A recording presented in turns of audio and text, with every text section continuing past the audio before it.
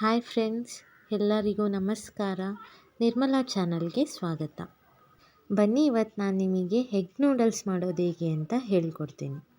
ಹಾಗೆ ಯಾರೆಲ್ಲ ಇನ್ನು ನಮ್ಮ ಚಾನಲ್ಗೆ ಸಬ್ಸ್ಕ್ರೈಬ್ ಆಗಿಲ್ಲ, ಬೇಗ ಸಬ್ಸ್ಕ್ರೈಬ್ ಆಗಿ, ಹಾಗೆ ಪಕ್ಕದಲ್ಲಿರೋ ಬೆಲ್ ಐಕನ್ನ ಕ್ಲಿಕ್ ಮಾಡಿ. ಮೊದಲಿಗೆ ನಾನಿಲ್ಲಿ 1 ಪ್ಯಾಕ್ ನೂಡಲ್ಸ್ ತಗೊಂಡಿದ್ದೀನಿ.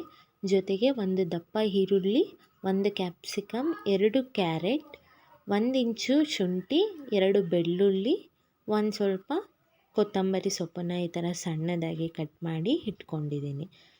ಹಾಗೆ 2 ಮೊಟ್ಟೆ, 2 ಟೊಮೊಟೊ ಕೆಚಪ್, ಸ್ವಲ್ಪ ಸೋಯಾ ಸಾಸ್ ಕೂಡ ತಗೊಂಡಿದ್ದೀನಿ.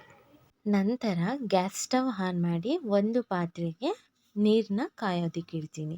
ಆ ನೀರಿಗೆ ನಾನು 1 ಟೇಬಲ್ ಸ್ಪೂನಷ್ಟು ಎಣ್ಣೆ ಹಾಗೆ ಅರ್ಧ ಟೇಬಲ್ ಸ್ಪೂನಷ್ಟು ಉಪ್ಪು ಕೂಡ ಸೇರಿಸ್ತಾ ಇದ್ದೀನಿ.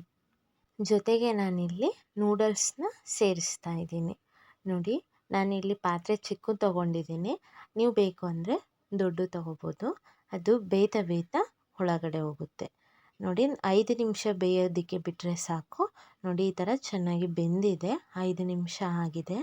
ನಾನು ಆಫ್ ಮಾಡ್ತಾಯಿದ್ದೀನಿ. ಆಫ್ ಮಾಡಿಬಿಟ್ಟು ನಾನು ಸಪ್ರೇಟಾಗಿ ಒಂದು ಪಾತ್ರೆಯಲ್ಲಿ ಎತ್ತಿಟ್ಕೊತೀನಿ. ನಂತರ ನಾನು ಒಂದು ಬಾಣಲೆಗೆ 2 ಟೇಬಲ್ ಸ್ಪೂನಷ್ಟು ಎಣ್ಣೆ, 2 ಮೊಟ್ಟೆ ಕೂಡ ಸೇರಿಸ್ತಾ ಇದ್ದೀನಿ.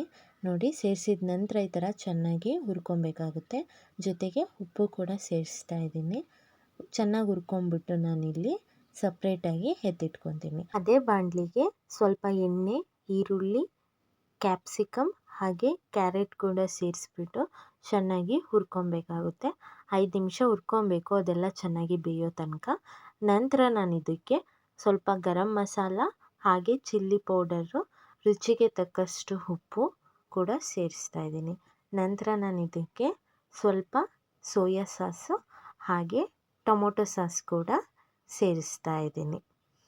ನಂತರ ನಾನು ಇದಕ್ಕೆ ಆಗಲೇ ಬೇಯಿಸಿಟ್ಕೊಂಡಿರೋ ಅಂಥ ನೂಡಲ್ಸ್ನ ಸೇರಿಸ್ಬಿಟ್ಟು ಚೆನ್ನಾಗಿ ಮಿಕ್ಸ್ ಮಾಡ್ಕೋಬೇಕಾಗುತ್ತೆ.